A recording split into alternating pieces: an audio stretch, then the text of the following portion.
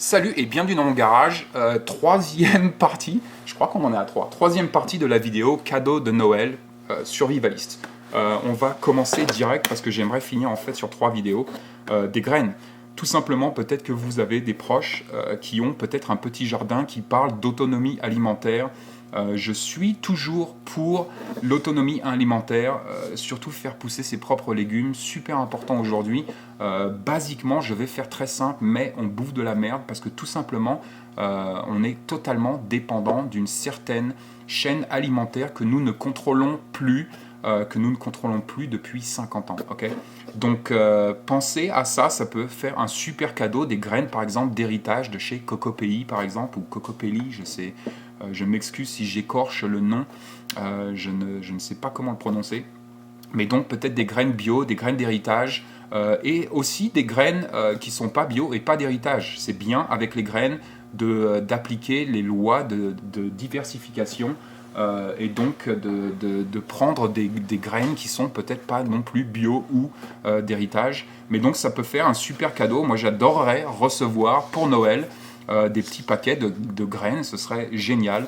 Cadeau pas cher, utile, pratique et intelligent. Okay, des jumelles. Jumelles, peut-être que vous connaissez quelqu'un qui s'intéresse à la nature, qui s'intéresse aux animaux sauvages, aux oiseaux, peu importe.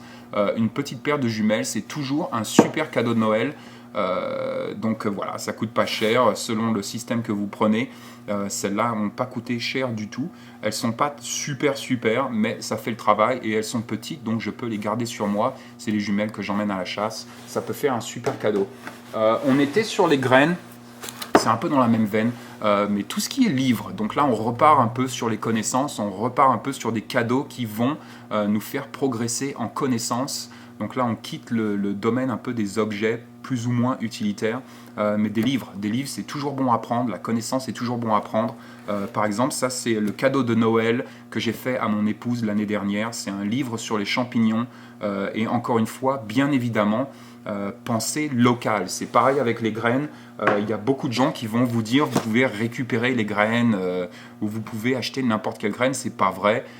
Il faut que les graines soient adaptées à votre altitude, à votre environnement, à votre ensoleillement et ainsi de suite. C'est pour ça que beaucoup de gens ont du mal avec leur jardin. C'est parce que toutes les graines ne sont plus locales. Vous ne pouvez pas habiter en Bretagne, prendre un melon qui vient du Chili, et le faire pousser en Bretagne. Peut-être que ça va marcher, mais il y a de grandes chances que ça ne va pas marcher. Et encore une fois, on ne sait pas quelle a été la production de ce fruit, par exemple. On ne sait pas s'il y a des produits chimiques avec et ainsi de suite. Donc c'est bien d'acheter ces graines et de le faire intelligemment, c'est-à-dire localement. Pensez local. Mais donc les livres, super intéressants, ça peut être des livres sur tout et n'importe quoi. Moi, c'est probablement un de mes cadeaux préférés à recevoir. C'est tout simplement des livres. J'adore m'instruire, j'adore m'éduquer. Et donc pensez à des livres qui peuvent aussi entraîner certaines personnes de votre entourage à s'intéresser à des sujets qui vont être liés d'une manière ou d'une autre au survivalisme, mais peut-être pas directement, comme par exemple apprendre les plantes comestibles. Okay, c'est aussi simple que ça. Une trousse de premiers soins. Vous pouvez acheter une trousse de premiers soins toute faite et la personnaliser et la donner à un de vos proches pour Noël, que ce soit pour la voiture ou en termes de décès ou même en termes de retranchement pour la maison. On devrait tous avoir une trousse de premiers soins, ou tout du moins un minimum, mais ça peut faire un super cadeau personnalisé. Moi j'adorerais recevoir une trousse de premiers soins faite par quelqu'un, personnalisée pour moi, pour mon environnement et mes besoins. Pourquoi pas. C'est un cadeau qui coûte pas cher et qui est encore une fois super utile et qui peut faire la différence dans une situation dégradée. Quoi d'autre? Quelques outils, on va passer en revue. Impossible de parler de cadeaux de Noël sans parler couteau. Okay, donc couteau est un peu dans la même veine de toutes ces choses-là. Truc qui coupe. Donc truc qui coupe pour un cadeau de Noël qui coûte vraiment pas cher. Jetez-vous sur les Mora. Les Mora sont des super couteaux de très bonne qualité. Celui-là, c'est le Mora HiQ par exemple. Il est à 12 €, je crois. C'est totalement ridicule de ne pas offrir ça à quelqu'un dans votre famille. On a d'autres, ça c'est le compagnon en orange fluo. Peut-être que vous avez une personne, encore une fois, qui va aux champignons ou qui va faire de la marche en forêt et ainsi de suite. Ça peut être un super cadeau qui coûte vraiment pas cher.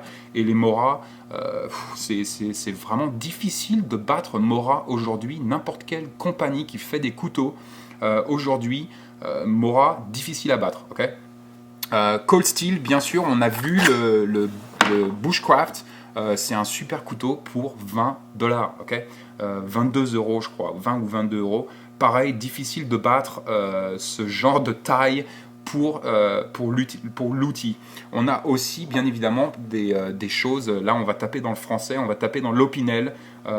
Donc, ça, c'est un couteau qu'on vient de m'offrir, en fait, il n'y a pas très longtemps, mais c'est l'Opinel Bushcraft qui vient avec un sifflet. Ça fait des super cadeaux. Encore une fois, vous pouvez, par exemple, les coupler. Mais ça, un livre sur les champignons et un petit Opinel Bushcraft avec le sifflet qui va bien, c'est un super cadeau de Noël, extrêmement pragmatique et qui va encourager et permettre d'initier une certaine forme de prise de conscience par rapport à vos proches. Okay, et c'est tout simple et ça coûte vraiment pas cher. Donc voilà un peu pour les trucs qui coupent. Mais sincèrement, on me demande en fait souvent voilà, quel couteau je devrais choisir. Si c'est un premier couteau, que vous n'avez pas beaucoup d'argent, sincèrement, jetez-vous sur les Mora. C'est vraiment de l'utilitaire, un truc qui marche et qui coûte pas cher. Presque pour finir, une scie pliante. Les scies pliantes, pareil, il y en a beaucoup sur le marché. En fait, j'ai acheté la Laplander de chez Bahco il n'y a pas très longtemps. Je suis en plein test avec elle, mais je l'adore. C'est probablement la scie pliante sur le marché qui résonne le plus avec le plus de gens. Donc, basez-vous sur un système comme ça, vous ne pouvez pas vous tromper. Okay, mais c'est un super cadeau, encore une fois, à offrir peut-être à quelqu'un, tout simplement, même pour un kit voiture. Moi, j'ai toujours une scie pliante dans la voiture. On ne sait jamais, peut-être qu'il y a un arbre qui tombe, peut-être que je patine dans la neige ou dans la boue, je vais aller couper des branches de sapin, les mettre sous mes pneus et je vais pouvoir repartir. Donc avoir une scie pliante sur soi, que ce soit dans la voiture ou en EDC, ça peut être parfait. Et bien évidemment, surtout si vous partez dans la verte régulièrement, ne serait-ce que pour faire une petite balade ou aller aux champignons. Quoi d'autre ?